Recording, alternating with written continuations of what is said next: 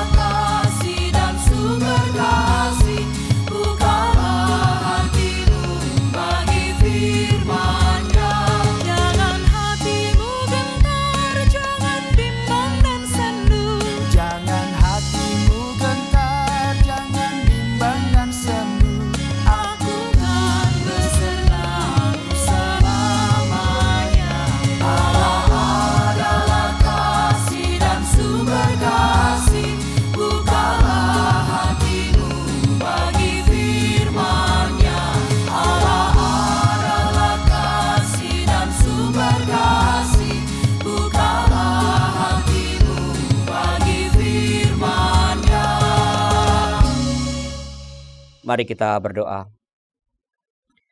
Bapa di surga, atas kasih-Mu kami boleh tiba di rumah. Atas kasih-Mu sebagian dari kami, keluarga Allah, ada yang dalam perjalanan, ada yang masih bekerja, mungkin di kantor pada saat ini.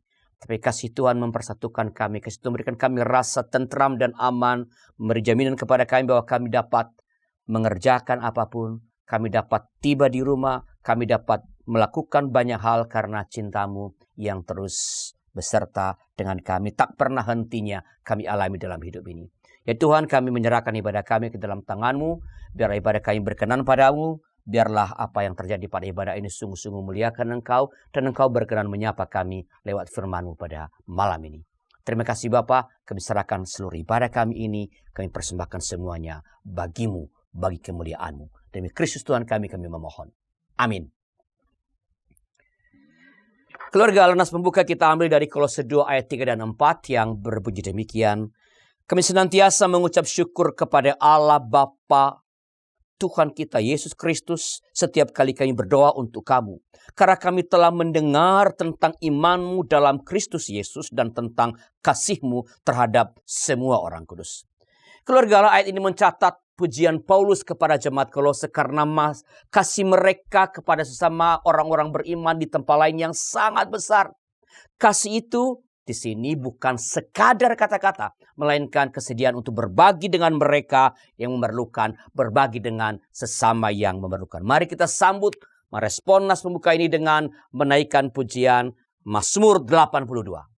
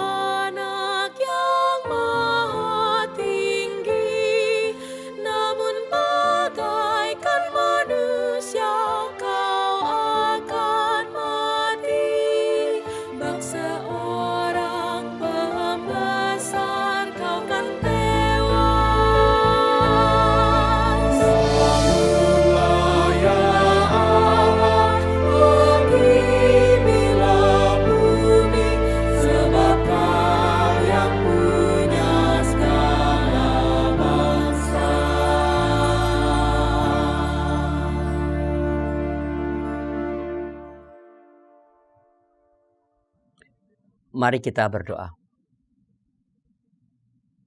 Bapa di surga, kami bersyukur padamu karena Engkau terus mengasihi kami. Dan hari ini kami ingin belajar lagi tentang cintamu itu kepada kami supaya kami juga dapat mencintai dalam cara sebagaimana Engkau mencintai kami.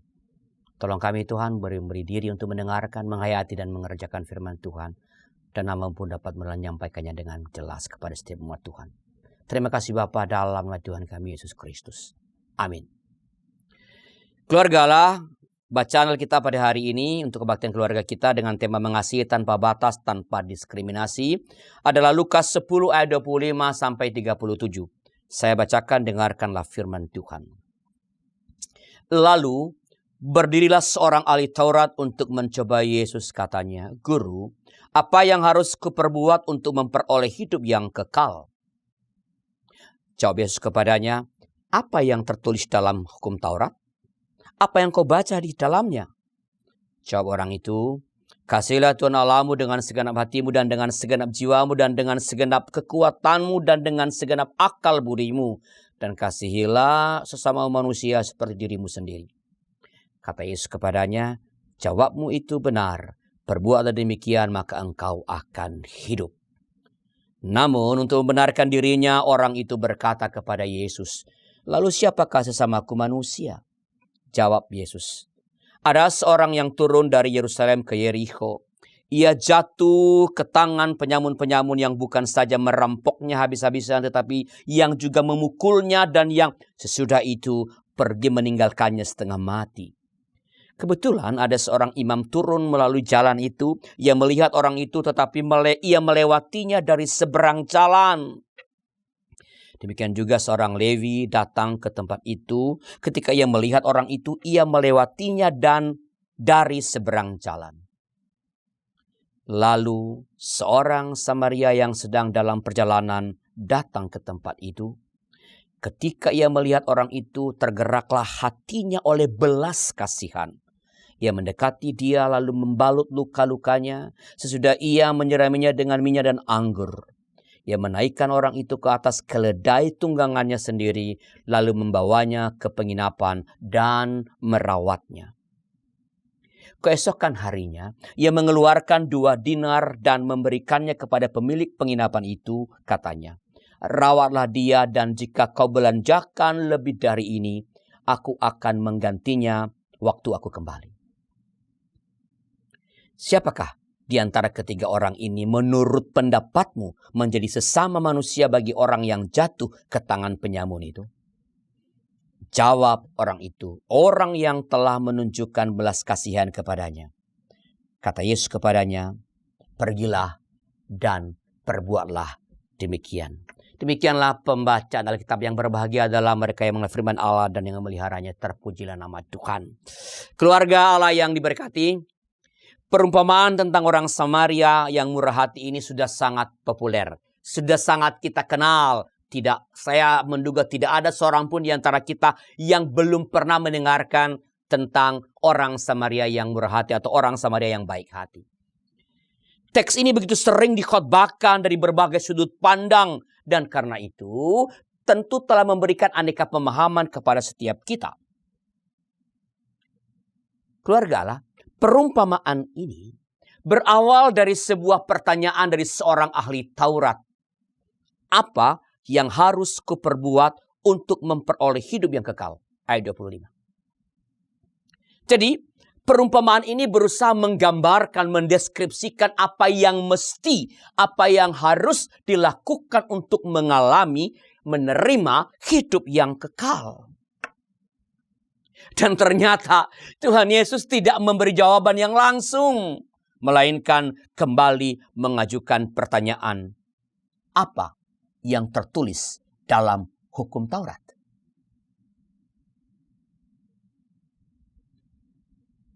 Jadi pertanyaan seperti ini, apa yang harus kulakukan, bagi orang yang telah lama mengenal Tuhan, apalagi bagi seorang ahli Taurat, sebenarnya agak memalukan. Ini pertanyaan bodoh. Dan ini pelajaran pertama pada malam ini. Jangan mengajukan pertanyaan-pertanyaan bodoh dan memalukan. Jangan menanyakan hal-hal yang sudah jelas, yang engkau sudah paham. Jangan tergoda menyampaikan pertanyaan-pertanyaan hanya untuk mencobai orang lain, mengetes orang lain. Setelah sang ahli Taurat menjawab dan Yesus membenarkan jawabannya, maka Yesus membuat pernyataan ini. Perbuatlah demikian, maka engkau akan hidup. Perbuatlah demikian, maka engkau akan hidup. Ayat 28. Jadi, mengasihi adalah sikap atau perbuatan yang mesti ada dalam diri setiap orang yang telah mengenal Tuhan. Setiap orang yang mengaku sebagai murid Yesus harus menunjukkan hidup yang berbelas kasih. Harus menunjukkan kasih, berbela rasa kepada sesamanya. Berbela rasa kepada sesama. Dan ini pelajaran yang kedua. Bela rasa itu terwujud dalam, pertama, memperlakukan orang lain sama seperti dengan diri sendiri. Kedua, tidak merendahkan orang lain yang berbeda suku, berbeda ras, berbeda agama dengan kita. Seperti yang tadi. Ya, yang dilakukan oleh orang Samaria. Ketiga, melakukan sesuatu bagi orang lain. Melakukan sesuatu bagi orang lain. Keempat, melakukan apa yang terbaik untuk menolong orang lain. Bukan sekadar melakukan yang terbaik. Keluarga Allah, dalam bahasa Ibrani atau juga dalam bahasa Aram, kata yang biasanya diterjemahkan sebagai bela rasa atau compassion ini adalah bentuk jamak dari satu kata benda rahum. Ya. Di dalam bisa dilihat dalam Keluaran pasal 34 ayat 6 atau le rahim dalam 2 Tawarikh 30 ayat 9. Yang dalam bentuk tunggalnya berarti rahim. Dalam Alkitab berbahasa Ibrani, bela rasa adalah suatu perasaan maupun cara hidup yang memancarkan atau yang memancar dari bagian tubuh tertentu. Pada perempuan dapat diduga bahwa ini berarti di dalam rahim. Dan pada laki-laki di dalam usus besar atau isi perut.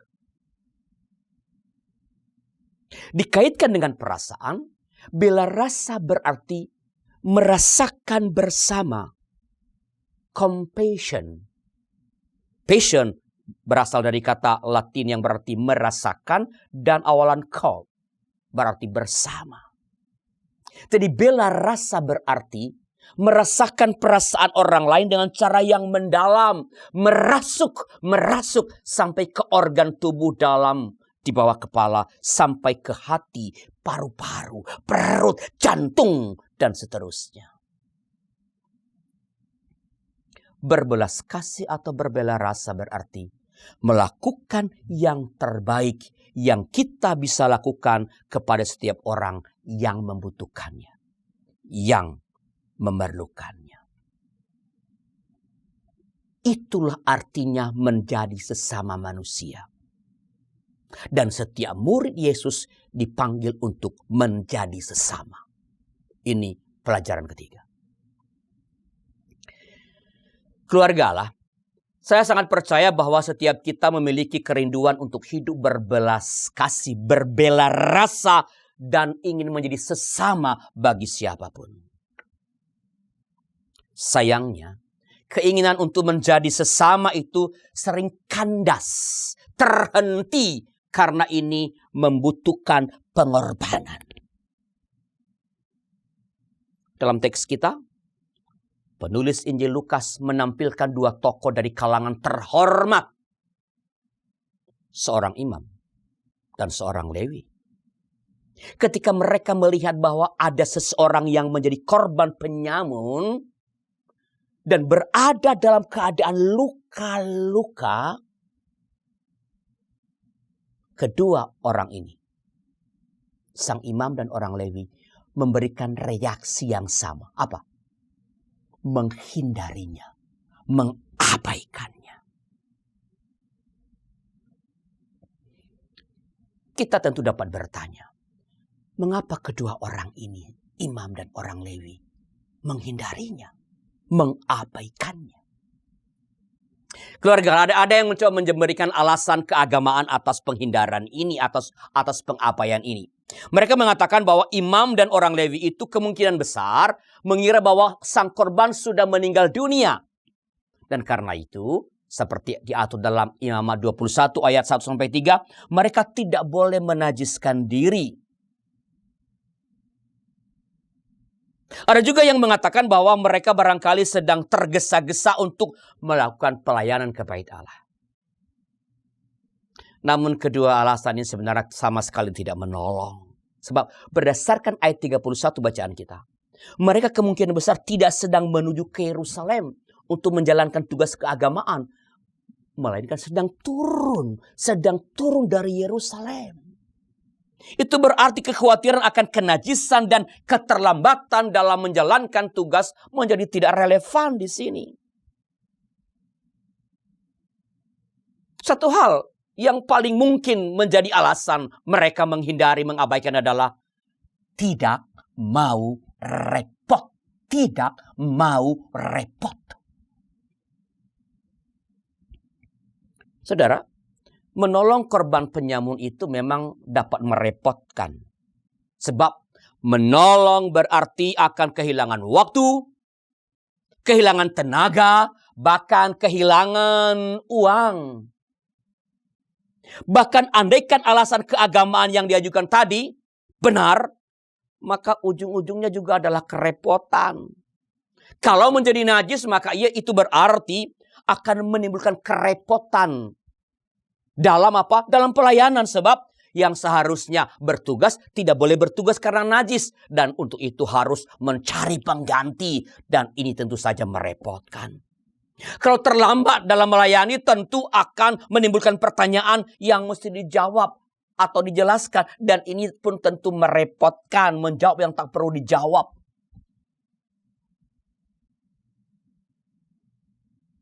Ketidaksediaan menjadi repot inilah yang telah menghalangi sang imam dan orang Lewi untuk menjadi sesama bagi korban penyamun tersebut. Keluarga Allah yang diberkati, ini sangat perlu kita waspadai. Sebagai murid dari Tuhan Yesus, kita diperintahkan untuk selalu bersedia menjadi sesama bagi yang membutuhkan siapapun. Itu berarti harus bersedia repot. Saya ulangi, itu berarti kita harus bersedia repot. Dan inilah pelajaran yang keempat pada malam ini, bersedia repot. Kesediaan repot demi berbelas rasa atau berbelas kasih, demi menunjukkan cinta, harus tersedia bagi siapapun yang membutuhkan tanpa mempersoalkan ia beragama apa atau suku apa. Tanpa batas.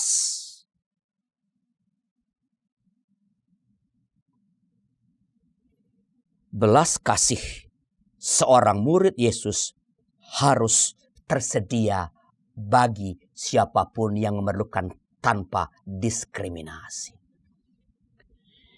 Inilah yang diajarkan oleh seorang Samaria kepada kita. Teks kita tidak menyebutkan siapa sebenarnya yang menjadi korban penyamun tersebut. Apakah seorang Yahudi atau seorang Samaria? Memang banyak ahli yang memperkirakan bahwa korban penyamun ini adalah seorang Yahudi. Namun ketika teks kita, bacaan kita tidak menyebutkan identitas sang korban, maka di dalamnya terkandung pesan, bahkan pernyataan yang sangat tegas. Jangan persoalkan identitas seseorang untuk berbela rasa. Jangan pertanyakan identitas seseorang untuk berbelas kasih. Jangan pertanyakan siapa seseorang, dia dari mana, agamanya apa, dia suku apa, untuk menyatakan kasih kepada seseorang. Itu tidak penting. Tunjukkanlah bela rasa. Wujudkanlah kasih. Berikanlah pertolongan kepada siapapun yang membutuhkan. Keluarga Allah, ketika Tuhan Yesus memerintahkan ahli Taurat yang bertanya kepadanya tentang hidup kekal untuk melakukan yang dilakukan oleh orang Samaria, lakukanlah itu. Maka Yesus secara implisit memerintahkan saudara dan saya, setiap orang yang mengaku sebagai murid Yesus, untuk melakukan hal yang sama. setiap murid Yesus, saudara dan saya, harus berbela rasa kepada siapapun. Harus berbelas kasih kepada siapapun. Mewujudkan kasih kepada siapapun tanpa membedakan, tanpa membatasi, tanpa diskriminasi. Tuhan menolong kita. Saat hening bagi kita.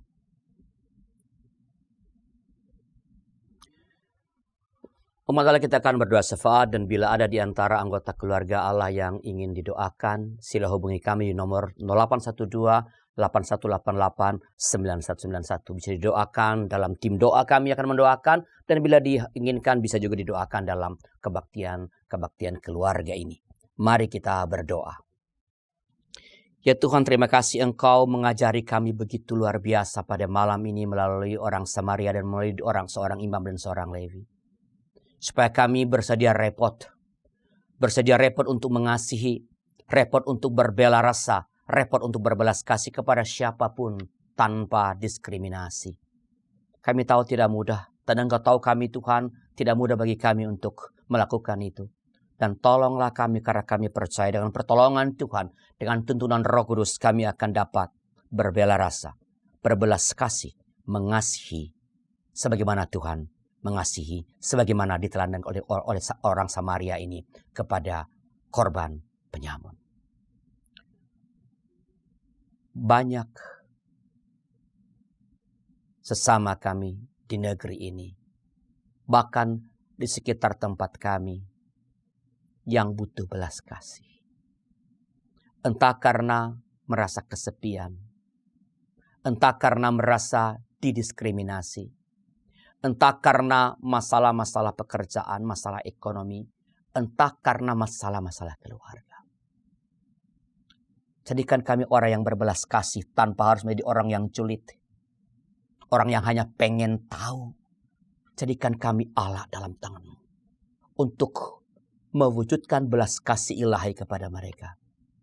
Menolong mereka, atau setidaknya mengajak mereka datang kepada seseorang yang kami percaya dapat menolong mereka untuk jadi teman bercakap-cakap agar beban yang menindih, perasaan kesepian, perasaan ditinggal, masalah keluarga, beban ekonomi yang menindih itu dapat mereka lewati, mereka hadapi dengan tetap takut akan Tuhan. Jadikan kami alat untuk menyatakan kasih-Mu kepada mereka. Bapa Surgawi, berkati keluarga-keluarga yang malam ini beribadah bersama dengan kami. Lindungi pada malam ini kalau kami akan istirahat sebentar lagi. Biarlah tidur kami pada malam ini boleh Engkau pakai ya Allah, untuk memulihkan energi kami yang telah terkuras oleh berbagai kegiatan kami di sepanjang hari ini. Kami serahkan hidup kami dalam tangan-Mu.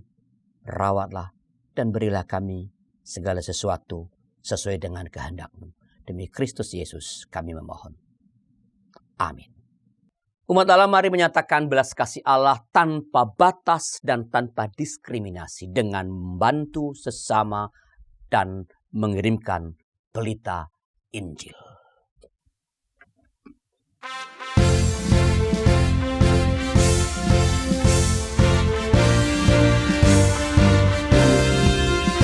Berkumandang suara dari seberang, kirimlah cahayamu. Banyak jiwa dalam dosa menggerang, kirimlah cahayamu. Kirimlah berita Injil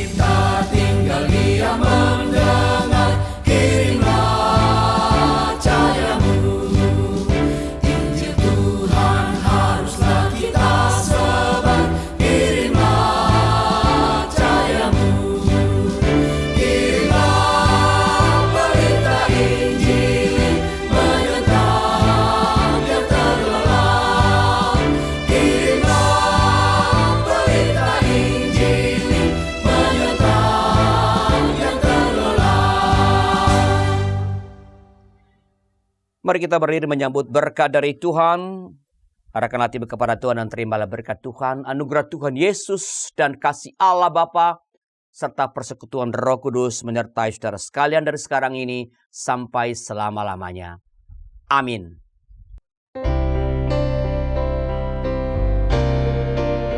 Terima kasih ya Allah Bapa, terima kasih ya Yesus Kristus Tuhan, terima kasih ya Roh Kudus, Allah Trinitas Maha Kudus.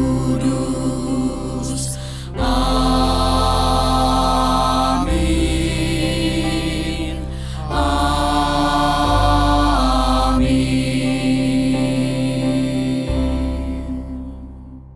Silakan duduk, saat teduh bagi kita.